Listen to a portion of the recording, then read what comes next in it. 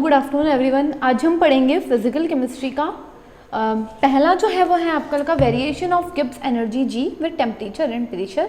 Second है the variation of Gibbs energy with pressure for an ideal gases. Third है the variation of Helmholtz energy A with temperature and volume. Fourth है आप लोगों का Gibbs Helmholtz equation.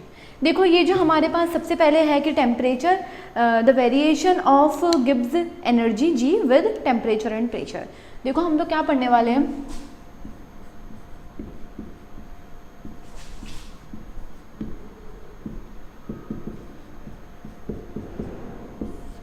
हम जो जी है उसका वेरिएशन हम पढ़ रहे हैं, किसके साथ पढ़ रहे हैं, टेम्परेचर और प्रेशर के साथ हम इसका वेरिएशन पढ़ रहे हैं, है ना। टेम्परेचर और प्रेशर के साथ हम इसका वेरिएबल पढ़ रहे हैं, ठीक है ना।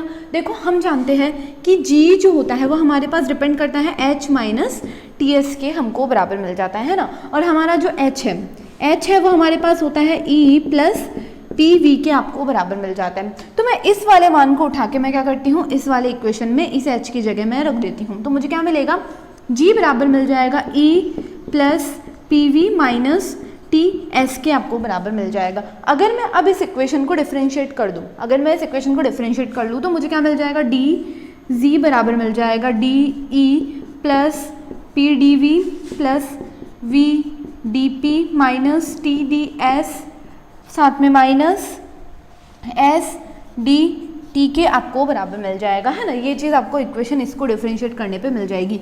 अब आप फर्स्ट लॉ थर्मोडायनेमिक्स से आप लोग जानते हो, फर्स्ट लॉ से आप क्या जानते हो,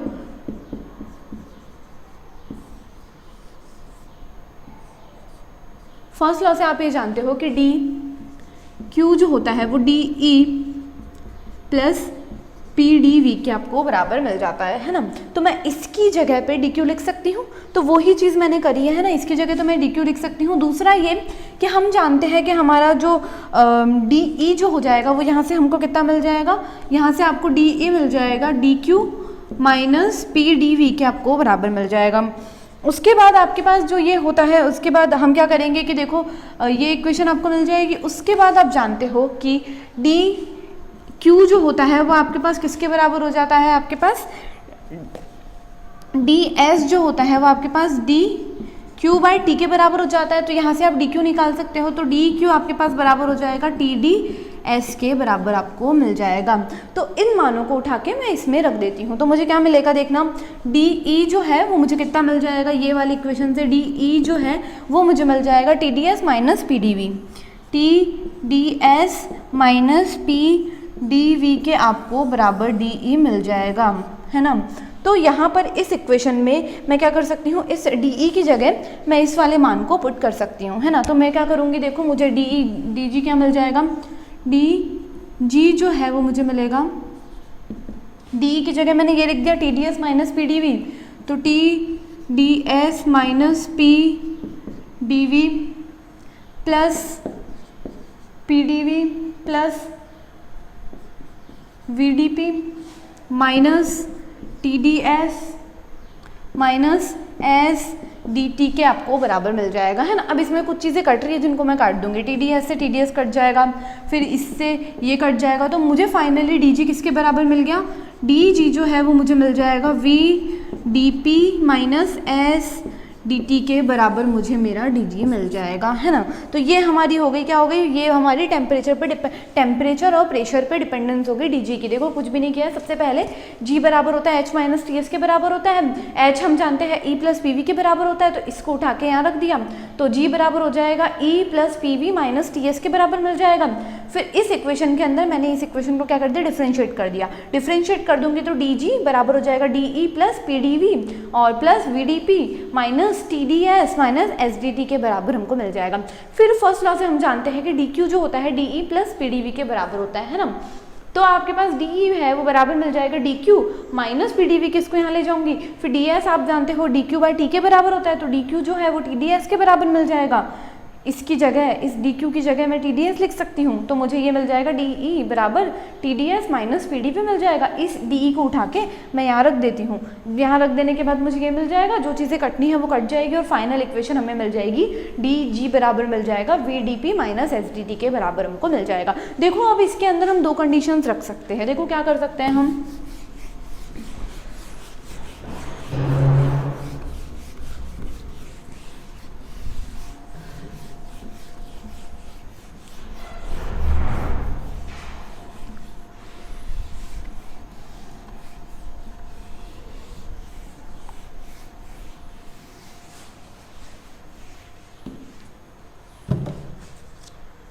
देखो बी जी जो है वो हमारे पास हो जाएगा V D P minus S D T के बराबर हो जाएगा। ठीक है, ये इक्वेशन हमें मिल गई। इस इक्वेशन को हम दो तरीक़ों से सॉल्व कर सकते हैं। देखो अगर मैं ये मान लूँ कि मेरा जो P है वो एक क्या है, स्थिरांक है। मेरा मतलब ये प्रोसेस अगर मैं मान लूँ कि भाई ये आइसोबारिक प्रोसेस है, मतलब समदाबीय है।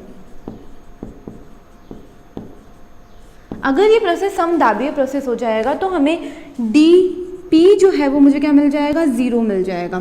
ठीक है, अगर डी पी ज़ीरो है मतलब ये वाली टर्म मुझे क्या मिल जाएगी, ज़ीरो मिल जाएगी। इसका मतलब डी जी जो है वो मुझे माइनस एस डी टी के बराबर मिल जाएगा, है ना। इसको मैं उठा के यहाँ ले जा सकती हूँ, तो डी जी बट्टा डी टी कॉन्स्टेंट दाब है, स्थिर दाब है, तो स्थिर दाब माइनस एस के बराबर आपको मिल जाएगा, है ना। अब देखो हम आपको मैं बता दूं, एंट्रोपी हमेशा पॉजिटिव क्वांटिटी होती है। मैं आपको बता चुकी हूँ पहले भी, जितनी बार एंट्रोपी आई है पॉजिटिव में मिली है। तो मैं इस इक्वेशन को लिख सकती हूँ एस बराबर minus D G by del T by P के बराबर मिल जाएगा। तो आपको पहली इक्वेशन जो है वो ये मिल गई इससे, है ना। तो देखो इसमें क्या हो रहा है, इसका मतलब क्या है, इसका मतलब ये है कि स्थिर दाब की अवस्था में तापमान के बढ़ने के साथ, स्थिर दाब की अवस्था में तापमान के बढ़ने के साथ डी जी का मान क्या होता है, घटता जाता है। क्यों घटता जाता है, क्योंकि आगे ऋणात्मक चिन्ह लग रहा है ना। तो यही है डेल एस जो होता है हमारे पास, वो क्या मिलेगा हमें, minus del G by del T constant P के आपको बराबर मिल जाएगा। और इसका मतलब यही होता है कि स्थिर दाब पर तापमान बढ़ने के साथ साथ आपको डी जी का मान क्या मिलता है, कम होता हुआ मिल जाता है ना, ऋणात्मक मिल जाता है। दूसरी कंडीशन में लिख सकती हूँ स्थिर ताप की अवस्था, आइसोथर्मल प्रोसेस। आइसोथर्मल की बात कर लूँ या समतापीय बात कर लूँ,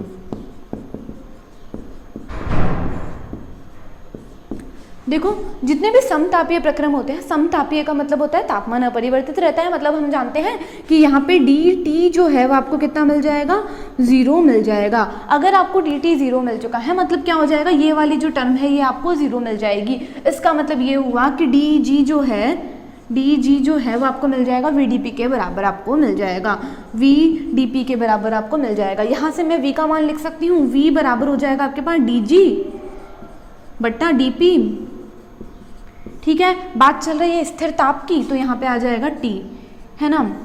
इसका मतलब क्या हुआ कि स्थिर ताप पर आयतन मतलब ये जो परिवर्तन होता है, दाब में जो परिवर्तन है, दाब में वृद्धि होने के साथ हमारी जो गिब्स ऊर्जा है उसका मान क्या होता है, बढ़ता जाता है। जबकि यहाँ पे क्या था, दाब स्थिर होने पर तापमान परिवर्तन के साथ गिब्स ऊर्जा का मान घटता जा रहा था। तो ये आपको क्या मिल गई है, आपकी सेकेंड इक्वेशन आप लोगों को मिल चुकी है ना। आगे देखते हैं। देखो ये रहा आपकी स्लाइड में, देखो एक बार स्लाइड में भी आप लोग देख सकते हो कि क्या मिल रहा है, ये दो मान आपको इस तरीके से मिल रहा है। स्थिर आयतन पर ये मिल रहा है, सॉरी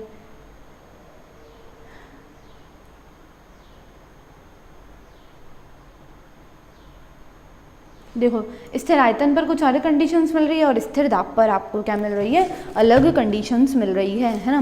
तो ये आपकी क्या हो गई है, पहली इक्वेशन हो चुकी है। अब हम बात कर रहे हैं कि variation of Gibbs energy with pressure for an ideal gas. दाब के साथ में हमारे जो बात कर रहे हैं हम, उनके अंदर क्या परिवर्तन होता है। देखो दाब के ऊपर कौन सी इक्वेशन है जो हमको दाब के ऊपर डिपेंडेंस दर्शा रही है। देखो ये तो ताप पर दर्शा रही है, दाब पर दर्शा रही है ये वाला वेरिएबल, है ना। तो हम इस वेरिएबल को यूज में लेंगे जब हम क्या कर रहे हैं, हम बात कर रहे हैं, एक सेकंड रुको। देखो अब हम बात कर रहे हैं आदर्श गैस के लिए।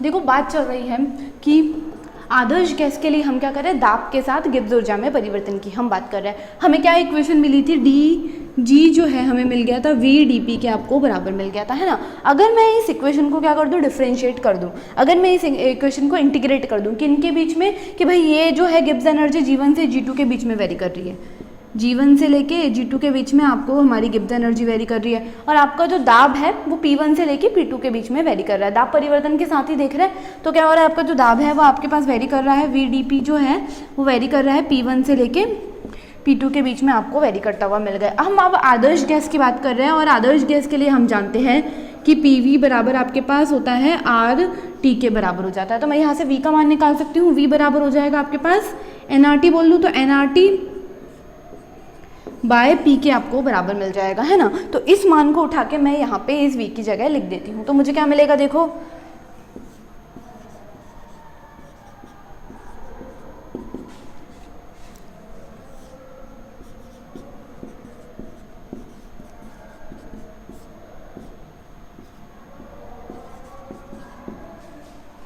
ठीक है, ये इंटीग्रेट हो रहा है तो हमें क्या मिल जाएगा, देखो इंटीग्रेट होने पे हमें मिल जाएगा G2 माइनस G1 है वो हमें बराबर मिल जाएगा एन आर जो हमारे पास है कांस्टेंट है, तापमान भी माना कि मैंने यहाँ पे कांस्टेंट ले लिया है ना, तापमान कांस्टेंट लिया है तभी हमें ये मिला है। देखो हमें इक्वेशन क्या मिली थी, एक सेकंड रुको, देखो हमें इक्वेशन मिल गई थी डी जी बराबर मिल गया था V D P minus S D T मिल गया था, है ना। जब इसको कांस्टेंट लिया, टी को मैंने क्या लिया है, कांस्टेंट लिया है, तभी ये टर्म मुझे जीरो मिल लिया है ना। तो स्थिर ताप की बात चल रही है तो एन आर टी पूरा कांस्टेंट हो जाएगा, तो एन आर टी मैंने आगे ले लिया, एन आर टी इंटीग्रेट करके P1 से लेके P2 के बीच में, और हमें मिल जाएगा DP बाय P के आपको बराबर मिल जाएगा, है ना। उसके बाद अगर मैं इसको सॉल्व करूँगी, अगर मैं इसको इंटीग्रेशन को सॉल्व करूँगी तो मुझे क्या मिलेगा, G2 माइनस G1 बराबर हो जाएगा N R T L N P2 by P1 के आपको बराबर मिल जाएगा। अगर मैं इस ln को हटा दूँ तो मुझे क्या मिलेगा, इसको मैं डेल जी लिख सकती हूँ, डेल जी मिल जाएगा आपको बराबर मिल जाएगा 2.303 N R T log base 10 P2 by P1 के आपको बराबर ये चीज़ें मिल जाएगी, है ना। इसके बाद हम देखो एक और चीज़ सॉल्व कर सकते हैं कि आप जानते हो कि हम आदर्श गैस के लिए हम इक्वेशन डालते हैं PV बराबर nRT लिख दो या RT लिख दो, बात एक ही है। स्थिर ताप पर बात की है, मतलब RT क्या है, कांस्टेंट है, तो ये P1 और V1 है ना। उसके बाद दूसरा RT हो जाएगा P2, V2 जो है वो हमारे पास इसके बराबर हो जाएगा, तो इन दोनों को मैं बराबर रख सकती हूँ। तो P1 V1 जो है बराबर हो जाएगा P2 V2 के बराबर आपको हो जाएगा। तो P2 बाय P1 का मान मैं यहाँ से निकाल सकती हूँ, तो मुझे क्या मिल जाएगा, V1 बाय V2 जो है वो मेरे को मिल जाएगा P2 बाय P1 के बराबर मुझे मिल जाएगा। तो इस इक्वेशन को उठा के मैं यहाँ रख देती हूँ, तो मुझे डेल जी कितना मिल जाएगा, 2.303 N R T log 10 V1 से लेके V2 ये मान हमें मिल जाएगा, है ना। V1 से V2 के बीच में आपको मिल जाएगा। तो आप ना आदर्श गैस के लिए आपको क्या समीकरण मिल गई है, ये दो समीकरण आपको आदर्श गैस के लिए मिल चुकी है ना। आदर्श गैस के लिए गिब्स का मान आपको मिल चुका है, कुछ भी नहीं करना है। देखो बात चल रही है आदर्श गैस के लिए दाब के साथ जी में परिवर्तन, दाब के साथ बात की है, मतलब तापमान को तो मैंने स्थिरांक माना है, तापमान को स्थिरांक माना मतलब ये वाली टर्म तो जीरो हो जाएगी, है ना। बच गया ये डी जी बराबर हो जाएगा VDP के बराबर हो जाएगा। इसको इंटीग्रेट कर देंगे G1 से लेके G2 के बीच में, P1 से लेके P2 के बीच में, इसको इंटीग्रेट कर देंगे। इंटीग्रेट करने पे हम जानते हैं कि आदर्श गैस के लिए PV बराबर nRT होता है, तो V का मान हो जाएगा nRT बाई P हो जाएगा, nRT बाई P हो जाएगा, DP हो जाएगा। उसके बाद G2 माइनस G1 और nRT बाय, और ये सॉल्व कर देंगे हम, इसको इंटीग्रेशन को सॉल्व करेंगे तो ln P2 बाई P1 हो जाएगा। उसके बाद 2.303 nRT log 10 P2 by P1 करके ये हो जाएगा। इसको हम आदर्श गैस से हम जानते हैं ये होता है, तो हमें ये चीज़ें मिल जाएगी। देखो हम एक बार देख लेते हैं क्या हो रहा है। देखो ये रहा आदर्श गैस के लिए आपको ये क्या मिल रही है, दो समीकरणें आपको मिल रही है, ये दो ही समीकरण आपको मिल रही है। उसके बाद हम बात करते हैं तापमान तथा आयतन के साथ, ताप तथा आयतन के साथ हेल्महोल्ट्ज़ ऊर्जा ए का परिवर्तन की हम बात कर रहे हैं। अब हम ए की गणना कर रहे हैं। देखो अभी तक हमने पढ़ा जी के बारे में पढ़ लिया, गिब्स ऊर्जा, जी जो था वो आपके पास क्या होता है, देखो एक बार मैं दोबारा बता दूं, जी जो होता है वो आपके पास होती है आपकी गिब्स ऊर्जा। जी जो है वो आपकी क्या होती है, गिब्स एनर्जी, ठीक है ना। जबकि जो ए है वो आपकी होती है हेल्महोल्ट्ज़ एनर्जी, है ना। अभी हमने की इसकी बात कर ली हमने, अब हम बात करेंगे ए के बारे में। ए क्या है हमारे पास? ए हमारे पास हेल्महोल्ट्ज़ एनर्जी, हम इसकी बात करेंगे। तो देखो क्या हो रहा है, अब हम पढ़ रहे हैं तापमान। एक डिपेंड कर रहा है हमारे पास टेम्परेचर और प्रेशर पे। ए टेम्परेचर पर और प्रेशर पे किस प्रकार से डिपेंड करेगा, हम ये चीज़ें पढ़ने जा रहे हैं ना। तो देखो हमारे पास जो ए होता है वो हमारे पास बराबर हो जाता है H माइनस टी एस के, आपको ई माइनस टी एस के आपको बराबर मिल जाता है ना। और अब आप जानते हो कि हमारे पास ई, अगर इस इक्वेशन को मैं क्या कर दूँ, डिफ्रेंशिएट कर दूँ, तो मुझे मिल जाएगा डी ए बराबर मिल जाएगा D E minus T D S minus S D T के, आपको ये चीज़ बराबर मिल जाएगी। फर्स्ट लॉ से आप लोग जानते हो डी क्यू बराबर D E plus D W के आपको बराबर मिल जाता है। तो फर्स्ट लॉ से हम क्या करेंगे, डी क्यू जो है वो आपको बराबर मिलेगा D E plus P D V के बराबर आपको मिल जाएगा। ठीक है, यहाँ से मैं डी ई का मान ले सकती हूँ, डी ई मुझे मिल जाएगा D Q minus P D V के आपको बराबर मिल जाएगा। ठीक है, उसके बाद हम जानते हैं कि डी क्यू जो होता है हमारे पास, जो हमारा डी एस होता है वो होता है आपके पास डी क्यू बाय टी के बराबर हो जाता है। तो मैं यहाँ से इस डी क्यू का मान निकाल सकती हूँ। तो डी क्यू जो है वो मुझे मिल जाएगा किसके बराबर, टी डी एस के बराबर आपको मिल जाएगा। इस मान को उठा के मैंने यहाँ रख दिया, तो मुझे डी ई क्या मिल जाएगा, डी ई मुझे मिल जाएगा T D S minus P D V, T D S minus P D V के आपको ये बराबर मिल जाएगा। अब देखो इसको उठा के मैं यहाँ पे रख सकती हूँ, तो मैंने वही करूँगी, मैं इस इक्वेशन को उठा के यहाँ पे मैंने रख दिया। तो मुझे डी ए का मान क्या मिल जाएगा, डी ए बराबर मुझे मिल जाएगा T D S minus P D V minus T D S minus S D T के आपको बराबर मिल जाएगा, है ना। उसके बाद मैं इससे इसको कैंसिल आउट कर सकती हूँ, तो मुझे डी ए का मान क्या मिल गया है, डी ए का मान मुझे मिल जाएगा P D V minus S D T के बराबर मुझे मिल जाएगा। तो ये हमारे पास क्या हो गया है, ये हमारे पास हो गया है हेल्महोल्ट्ज़ फंक्शन का मान आपको मिल गया है, minus P D V minus S D T के बराबर मिल गया। देखो कुछ भी नहीं किया है, हम जानते हैं कि ए जो होता है हमारे पास वो बराबर होता है ई माइनस टी एस के बराबर होता है ना।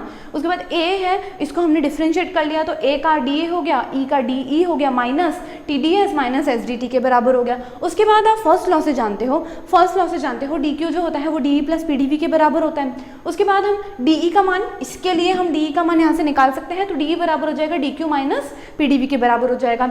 उसके बाद हम जानते हैं डी एस जो होता है वो डी क्यू बाई टी के बराबर होता है, तो डी क्यू हमारे पास हो जाएगा टी डी एस के बराबर हो जाएगा। इस मान को उठा के यहाँ रख देंगे, तो डी ई बराबर हो जाएगा T D S minus P D V के बराबर हो जाएगा। इस मान को उठा के मैंने यहाँ से यहाँ पुट कर दिया, कुछ चीज़ें कैंसिल आउट हो गई और हमें डी ए का मान मिल गया minus P D V minus S D T के बराबर आपको मिल चुका है। अब देखो आगे क्या करना है, हम आप लोगों को, देखो आप लोगों को मिल चुका है डी ए जो है वो आप लोगों को बराबर मिल चुका है minus P D V minus S D T के बराबर मिल चुका है ना। तो इससे हम दो कंडीशंस लिख सकते हैं, देखो अगर मैं बात कर रही हूँ स्थिर आयतन प्रक्रम की, स्थिर आयतन प्रक्रम मतलब होता है आइसोकोरिक प्रोसेस। आइसोकोरिक प्रोसेस की अगर मैं बात कर रही हूँ, समआयतनी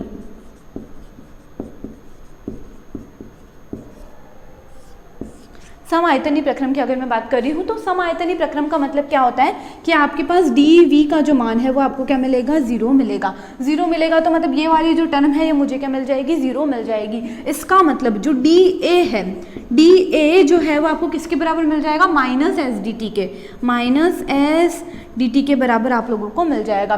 तो मैं यहाँ से क्या कर सकती हूँ, D A by D T जो है वो मुझे किसके बराबर मिल जाएगा, माइनस एस के बराबर आप लोगों को मिल जाएगा। हम बात कर रहे हैं समआयतनी प्रक्रम की, तो आयतन स्थिर है इसलिए मैंने आयतन को यहाँ पर लग दिया। उसके बाद मैं यहाँ से एस का मान लिख सकती हूँ, तो एस का मान क्या होगा, एस बराबर हो जाएगा minus del A by del T v के बराबर आप लोगों को क्या मिल जाएगा, s का मान मिल जाएगा।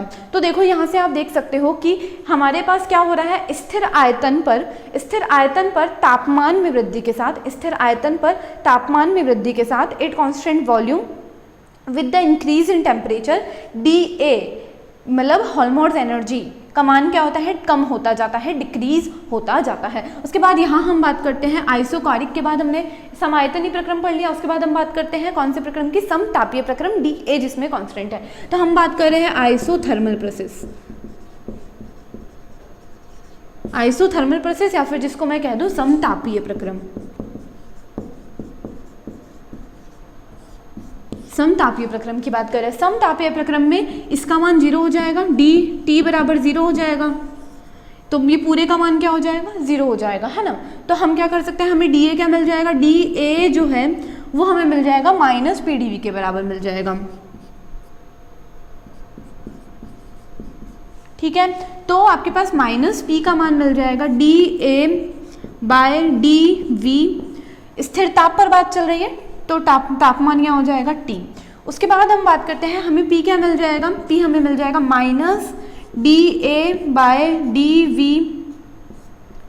T हमें मिल जाएगा। तो इसका मतलब हमें दो इक्वेशन यहाँ मिल चुकी है, पहली इक्वेशन तो S के मान के लिए और दूसरी इक्वेशन हमें मिल चुकी है P के मान के लिए। तो P इसका मतलब क्या है कि स्थिर ताप पर वॉल्यूम में चेंज के साथ, आयतन में परिवर्तन, आयतन में वृद्धि के साथ हमारी हेल्महोल्ट्ज़ ऊर्जा का मान क्या होता है, आगे ऋणात्मक है मतलब कम होता जाता है। It means with the increase in temperature with at constant temperature with increase in volume value of Helmholtz energy decreases.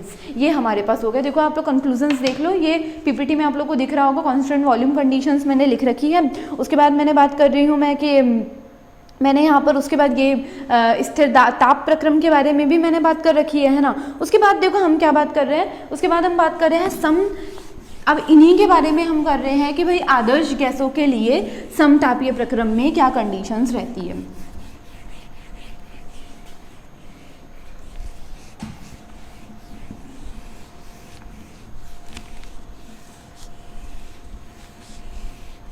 ये हमें समतापीय प्रक्रम से मिला था, तो हम क्या कर रहे हैं, हेल्महोल्ट्ज़ जो है उसका मान समतापीय प्रक्रम पर, समतापीय प्रक्रम मतलब आइसोथर्मल प्रोसेस में A का मान हम बात कर रहे हैं समतापीय प्रक्रम पर किस प्रकार से डिपेंडेंट रहता है, किस प्रकार से वेरी करता है। देखो समतापीय प्रक्रम के लिए मैं लिख सकती हूँ P बराबर हमारे पास हो जाएगा minus dA by dV constant T, ये हो जाएगा हमारे पास, है ना। तो मैं इससे निकाल सकती हूँ dA का मान, dA का मान मुझे मिल जाएगा, dA जो है वो मुझे मिल जाएगा किसके बराबर, माइनस PdV के बराबर मिल जाएगा। माना कि जो हमारे पास हेल्महोल्ट्ज़ एनर्जी है वो A1 से लेके A2 के बीच में वेरी कर रही है ना, और हमारा जो आयतन है वो V1 से लेके V2 के बीच में वेरी कर रहा है ना।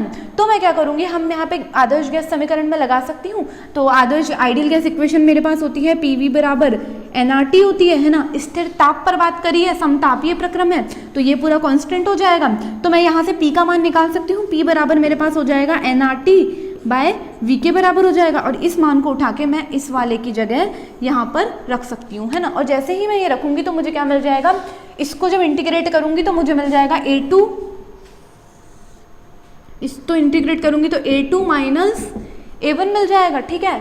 बराबर में मिल जाएगा मुझे इंटीग्रेशन पे V1 से लेके V2 nRT bye V dV के बराबर मुझे मिल जाएगा। हम जानते हैं कि यहाँ पर हमने समतापीय लिया है, मतलब n भी कांस्टेंट है, r भी कांस्टेंट है और t भी कांस्टेंट है। तो इन तीनों को n, r और t को मैं आगे ले लेती हूँ, तो मुझे क्या मिल जाएगा, डेल A जो है वो आपको बराबर मिल जाएगा n r t इंटीग्रेशन में dV बाय V, V1 से लेके V2 के बीच में आपको इंटीग्रेट करती हुई चीज़ें मिल जाएगी। अब जब मैं इसका इंटीग्रेशन खोलूँगी तो मुझे मिल जाएगा, ये बराबर मिल जाएगा n r t ln V2 by V1 के आपको बराबर मिल जाएगा, है ना। उसके बाद अगर मैं चाहूँ तो मैं इसको खोल दूंगी तो मुझे मिल जाएगा डेल A बराबर मिल जाएगा 2.303 n r t log 10 V2 by V1, ठीक है ना। तो ये आपको हेल्महोल्ट्ज़ के लिए इक्वेशन मिल जाएगी, है ना। अब जब आपको ये इक्वेशन मिल चुकी है, देखो तो हम जानते हैं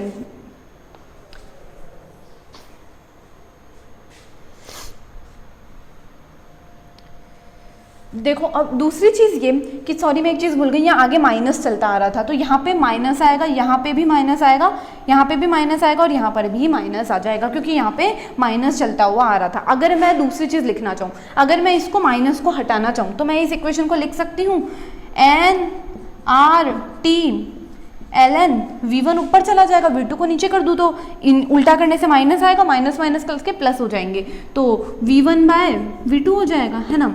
उसके बाद इसका भी माइनस है, देखो यहाँ से माइनस चलता हुआ आ रहा है ना, इसको भी उल्टा कर दूँ तो मुझे मिल जाएगा, बराबर मिल जाएगा N 2.303 NRT log 10 V1 से लेके V2 आपको मिल जाएगा, है ना।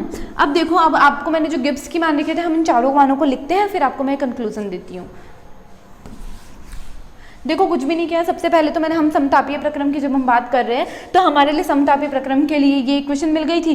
फिर समतापीय प्रक्रम है तो डेल ए का मान निकाल दिया, इसको इंटीग्रेट कर दिया, इंटीग्रेट करने के बाद हम आदर्श गैस के बारे में बात कर रहे हैं तो PV बराबर NRT से हम ये मान निकाल लेंगे, उसको इंटीग्रेट करेंगे तो हमें सॉल्यूशन के फॉर्म में ये मिल जाएगा। अब देखते हैं आगे क्या हमें मिलता है। देखो आदर्श गैस के लिए एक समीकरण तो हमें ये मिली, और डेल जी का मान हमें क्या मिला था, एक सेकंड रुकना, डेल जी का मान आपको मिला था आदर्श गैस के लिए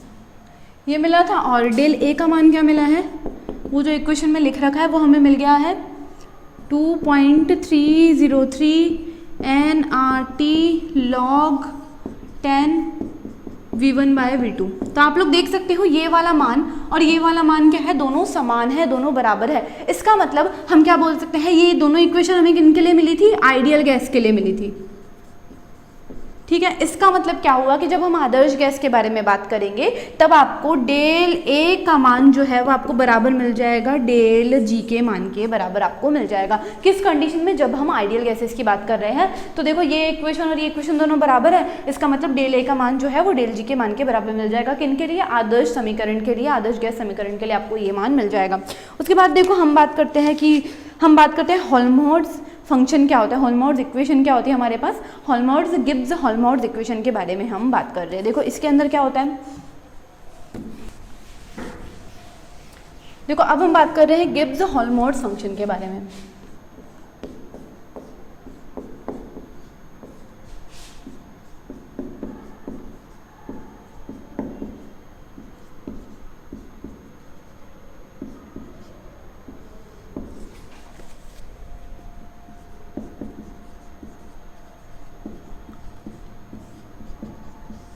देखो गिब्स हेल्महोल्ट्ज़ फंक्शन क्या होता है, Gibbs Helmholtz energy, Gibbs energy हमें क्या बोलते हैं, हम गिब्स एनर्जी को हम बोलते हैं जी, है ना। तो इसके अंदर हमने जब जी के हमें इक्वेशन मिली तो हमने एंट्रोपी का एक मान याद किया था।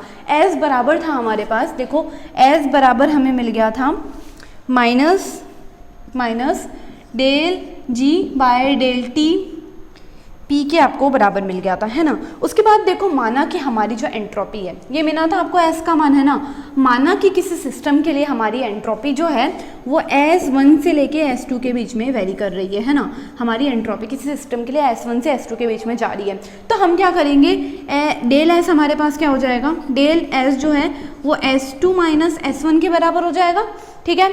अब S2 का मान लिखूँ तो S2 हमारे पास क्या होगा, S2 हमारे पास मिल जाएगा minus del G2 by GT constant P पर, और S1 क्या हो जाएगा minus del G1 by GT constant P पर। ये आपको एक मान मिल जाएगा, इन मानों को उठा के मैं यहाँ रख देती हूँ तो मुझे क्या मिलेगा, देखना डेल S जो है वो आपको मिल जाएगा minus del G2 bye T, फिर ये वाला माइनस है, ये माइनस है और ये भी माइनस है तो प्लस हो जाएगा, plus del G1 by GT constant P के बराबर आपको मिल जाएगा, है ना। उसके बाद अगर हम इसको आगे सॉल्व करना चाहें तो हमें क्या मिलेगा, देखो इन चीज़ों को मैं अगर सॉल्व करना चाहूँ तो देखो मुझे क्या क्या मिलने वाला है, इसके अंदर से मैं कॉमन ले सकती हूँ डेल टी को, तो डेल टी को तो मुझे मिल जाएगा डेल जी मुझे बराबर मिल जाएगा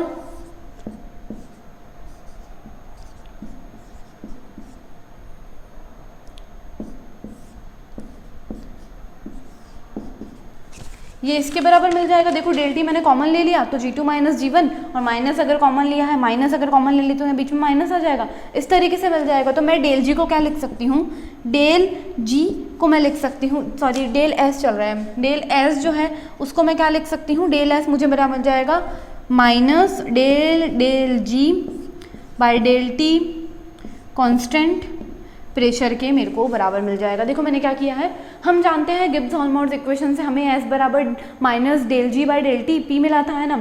और हम जानते हैं कि अगर किसी सिस्टम की एंट्रोपी S1 से S2 के बीच में वेरी कर रही है तो डेल S आपको मिल जाएगी S2 माइनस S1 के बराबर मिल जाएगी। उसके बाद S2 हमें मिल जाएगी del G2 by GT P के बराबर, और del G2 G1 by GT constant pressure के बराबर मिल जाएगी। इन दोनों मानों को मैंने यहाँ पुट कर दिया, ये माइनस है और ये माइनस तो ये प्लस हो जाएगा। इसको मैंने सॉल्व कर दिया, सॉल्व करूँगी तो डेल S कॉमन आ जाएगा, और फाइनली हमें डेल S की वैल्यू क्या मिल जाएगी, माइनस डेल G बटा डेल T P के आपको बराबर मिल जाएगी। अब मैंने आपको एक गिब्स की एक इक्वेशन बताई थी कि डेल G जो होता है वो आपके पास किसके बराबर मिल जाता है आपको। इसके बाद मैंने आपको ना एक इक्वेशन बताई थी कि आपका जो डेल G होता है, मैंने आप लोगों को एक इक्वेशन बताई थी कि आपका जो डेल G होता है वो डेल H माइनस TDS के आपको बराबर होता है ना। ये इक्वेशन आपके पास वो थी, ये कैसे बताई थी, G था माइनस H माइनस TS के आपको बराबर था। तो इस इक्वेशन को मैं डिफ्रेंशिएट करके ऐसे लिख सकती हूँ। जब मैं इसको इस तरीके से लिखूंगी तो आपको क्या मिल जाएगा, देखो इसको लिखूंगी तो मैं इस माइनस ds, इस ds की जगह मैं ये वाला मान रख सकती हूँ। तो मैं क्या करूँगी, dg जो है मेरे पास dh माइनस t, ds की जगह मैंने ये वाला मान रख दिया तो minus del g by del t p के बराबर मिल गया। ये माइनस और ये माइनस मिलके प्लस हो जाएंगे तो मुझे डेल g कितना मिल जाएगा, डेल g बराबर मिल जाएगा del h plus t del g by del t P के बराबर आपको मिल जाएगा, है ना। तो ये जो इक्वेशन है इसको हम बोलते हैं गिब्स फंक्शन, गिब्स हॉल्मोर्ट्ज़ इक्वेशन हम इसको बोल देते हैं, हम इक्वेशन को बोल देते हैं गिब्स हॉल्मोर्ट्ज़ इक्वेशन। इसी तरीके से अगर आप डेल A के लिए कैलकुलेट करोगे, इसी तरीके से अगर आप डेल A के लिए चीज़ें कैलकुलेट करते हो तो आपको कुछ भी नहीं करना है। जहाँ पर भी देखो, याद रखने का एक तरीका है कि जहाँ पर भी आपको A मिल जाए, है ना, जब ये तो गिब्स फंक्शन है, गिब्स फंक्शन की एक ट्रिक है, जो एक ट्रिक ये कहती है कि जहाँ पर भी आपको G मिल जाए और अगर आपको A के बारे में लिखना हो तो G की जगह क्या करना, A रिप्लेस कर देना, ठीक है ना। A रिप्लेस कर देने के बाद और अगर आपको जहाँ पर भी H दिख जाए, है ना, तो H को रिप्लेस कर देना किससे, E से रिप्लेस कर देना, है ना। ये एक है ना ट्रिक होती है। तो देखो क्या करना है इस इक्वेशन के अंदर, अगर हम बात कर रहे हैं हॉल्मोर्ट्ज़ फंक्शन के बारे में, तो डेल G जो है ना, डेल G उसकी जगह मैं क्या लिख दूंगी, डेल A लिख दूंगी, डेल H की जगह में क्या लिख दूंगी, डेल E लिख दूंगी, ठीक है। उसके बाद हमें क्या करना है, देखो डेल E लिख दिया और ये T की जगह तो हमारे पास T ही रहेगा प्लस T, उसके बाद G की जगह आपको A लिख देना है तो डेल A लिख दिया बटा डेल T, और जहाँ पर भी आपको प्रेशर दिख जाए वहाँ पर आपको क्या लिख देना है, वहाँ पर आपको वॉल्यूम लिख देना है। तो ये वॉल्यूम हो गया, है ना। ये आपके पास ट्रिक है ना, इस इक्वेशन को, इस चीज़ को ना आप जहाँ पर भी आपको A की इक्वेशन दिखे ना कि आपको G की इक्वेशंस तो याद, अगर आपसे डायरेक्टली पूछ लिया जाए, कहीं पे कंपटीशन में पूछा जाता है, वैसे नहीं पूछा जाता, तो ये ट्रिक होती है कि जहाँ पर G है वहाँ पर तो A रख देना, H होगा वहाँ पे E रख देना और P होगा वहाँ पे B रख देना। तो देखो यही किया है, डेल G की जगह डेल A लिख दिया, डेल H की जगह डेल E लिख दिया, T की जगह T रहने दिया, G की जगह A लिख दिया और P की जगह मैंने लिख दिया V लिख दिया, है ना। तो इस तरीके से मैं ये हमारे को क्या मिल गई है, दूसरी इक्वेशन हमें हॉल्मोर्ट्ज़ फंक्शन के लिए हमें ये वाली इक्वेशन मिल चुकी है ना। उसके बाद देखो मैंने आप लोगों को एक चीज़ प्रूफ करवाई थी पहले, हमारे जो प्रीवियस लेक्चर्स हैं उनमें मैंने आपको एक वीडियो एक बताया था, डेल A जो होता है वो आपके पास W मैक्स के बराबर आपको मिला था, है ना। तो मैं क्या करती हूँ, माइनस डेल A जो होता है वो W मैक्स के बराबर था, तो डेल A हमें किसके बराबर मिल जाएगा, माइनस W मैक्स के बराबर आपको मिल जाएगा। तो इस माइनस W मैक्स को मैं यहाँ से उठा के यहाँ पे पुट कर सकती हूँ, है ना। तो मुझे क्या मिलेगा, माइनस W मैक्स जो है वो आपको बराबर मिल जाएगा del E plus T del A बटा डेल T V के आपको बराबर मिल जाएगा। तो इससे आप हमारे पास वर्क डन निकाल सकते हो, है ना। ये जब इक्वेशन आपको मिल चुकी है तो आप क्या कर सकते हो, इन चीज़ों को इधर उधर थोड़ा कर देते हैं तो हमें क्या मिलेगा, देखो इसको उठा के अगर मैं यहाँ से यहाँ लेके जाती हूँ और इसको उठा के मैं यहाँ ले जाती हूँ तो मुझे क्या मिलेगा, माइनस टी डेल ए बटा डेल टी वी जो है वो हमें बराबर में मिल रहा है D E plus W max के आपको बराबर मिल जाएगा, है ना। ये चीज़ें आप लोगों को मिलेगी। रिजल्ट में क्या किया है मैंने, कुछ नहीं किया, इसको उठा के इधर ले गई और इसको उठा के इधर लेके चली गई। तो देखो यही करना है आप लोगों को। सबसे पहले आपके पास ये इक्वेशन थी, g बराबर था आपके पास h माइनस टी एस के बराबर था, उसको डिफ्रेंशिएट करेंगे तो हमें मिल जाएगा डी जी बराबर डी एच, मतलब अगर आप गैप के रूप में लिख रहे हो तो, और t डी एस के बराबर मिल जाएगा। और डी एस का जो मान है वो हमने प्रीवियस जो हमारा समीकरण था उसमें हमें मिला था, कितना मिला था हमें डी एस का मान, डी एस का मान आपको मिला था माइनस डेल जी बटा डेल टी के बराबर ये पी के आपको मान मिल गया था, है ना। तो इस मान को उठा के मैंने क्या रख दिया, यहाँ पर रख दिया, माइनस माइनस करके प्लस हो जाएगा और ये हमें गिब्स के लिए इक्वेशन मिल जाएगी। फिर आपको मैंने ट्रिक बताई है कि जी की जगह ये लिख देना और आपको ये मिल जाएगी। फिर हमने पहले जब मैंने आप लोगों को स्पॉन्टेनिटी का क्राइटेरिया पढ़ाया था तो उस क्राइटेरिया में मैंने आपको बताया था माइनस से आपको डब्ल्यू मैक्स के बराबर एक जगह मिला था, है ना। उसके बाद है ना क्या होता है कि इस इक्वेशन से हम डेल ए का मान निकाल सकते हैं, तो del A W max minus W max के बराबर हो जाएगा। इसको उठा के यहाँ रख दिया, माइनस डब्ल्यू मैक्स आपको डी ई प्लस इस तरीके से इसके बराबर मिल जाएगा। थोड़ा बहुत अरेंज कर दिया इक्वेशन को तो आपको फाइनल इक्वेशन ये मिल जाएगी, है ना। तो देखो यही चीज़ें दे रखी है, आप देख सकते हो पीपीटी के अंदर। मैंने क्या किया है कि ये तीन इक्वेशंस आप लोगों को मिली है गिब्स ऑलमोट्स इक्वेशन के नाम पर, है ना। ये पहली दो है स्टार्टिंग की, ये तो आपके पास गिल्म ऑलमोट्स है और ये वर्क से इनका रिलेशन है। उसके बाद हम बात करते हैं कि देखो गिब्स हॉलमोट समीकरण का महत्व। पहला तो ये कि ये सभी समीकरण के भौतिक परिवर्तनों पर लागू होती है। देखो मतलब जितने भी प्रकार के फिजिकल चेंजेस जो हमारे यहाँ हो रहे हैं, मतलब बर्फ़ का ठंडा होना, ठंडे का गर्म होना, ये जितने भी फिजिकल चेंजेस हो रहे हैं, फिजिकल चेंजेस बोलते हैं इनको, उन सब पे ये इक्वेशन लागू होती है। सेकंड है कि यद्यपि ये समीकरण उत्क्रमणीय, मतलब हमने जब डेल जी और डेल एच और डेल ई का मान जो हमने निकाला है ना, वो हमने क्या निकाला है, हमने निकाला है जितने भी निकाले हैं ना सारे वैल्यूज आज, वो सारे के सारे हमने रिवर्सिबल प्रोसेस उत्क्रमणीय प्रक्रम के लिए निकाले हैं। लेकिन फिर भी ये क्या होता है कि ये अवस्था फलन है। अवस्था फलन मैं आपको बता चुकी हूँ, स्टेट पर डिपेंड करते हैं, पाथ पर डिपेंड नहीं करते, अवस्था पर निर्भर करते हैं। और चूंकि ये अवस्था पर निर्भर है, इसका मतलब ये कि इनको भले मैं उत्क्रमणीय करूँ या अनुत्क्रमणीय करूँ, मुझे दोनों ही फॉर्म में मान बराबर ही मिलेंगे। तो इसीलिए इस जो इक्वेशंस आज हमने निकाली है ना, उनको हम क्या कर सकते हैं, निकाला उत्क्रमणीय के लिए है, लेकिन हम इसको अनुक्रमणीय में भी यूज में ले सकते हैं।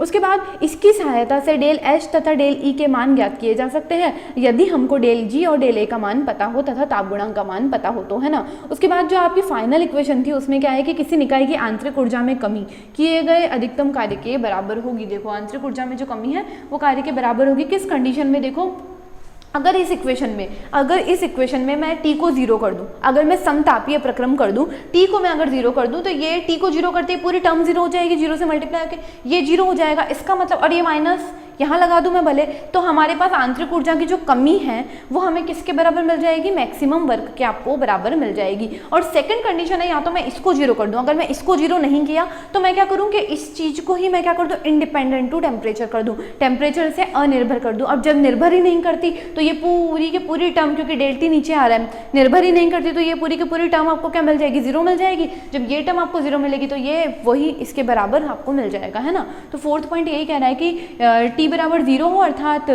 तापमान जो है परम शून्य पर हो, तो आपको क्या मिलेगा, आंतरिक ऊर्जा की कमी जो है कार्य के बराबर मिल जाएगी। दूसरा, डेल डब्ल्यू मैक्स बटा डेल टी वी जो है वो अगर 0 दे रखा हो तो प्रक्रम ताप से मुक्त हो जाएगा। अब जब प्रक्रम ताप से मुक्त हो जाएगा तो आपको क्या हो जाएगा, आपके लिए ये जो मतलब डेल ई आंतरिक ऊर्जा की जो कमी है वो आपके पास अधिकतम कार्य के बराबर आपको मिल जाएगी।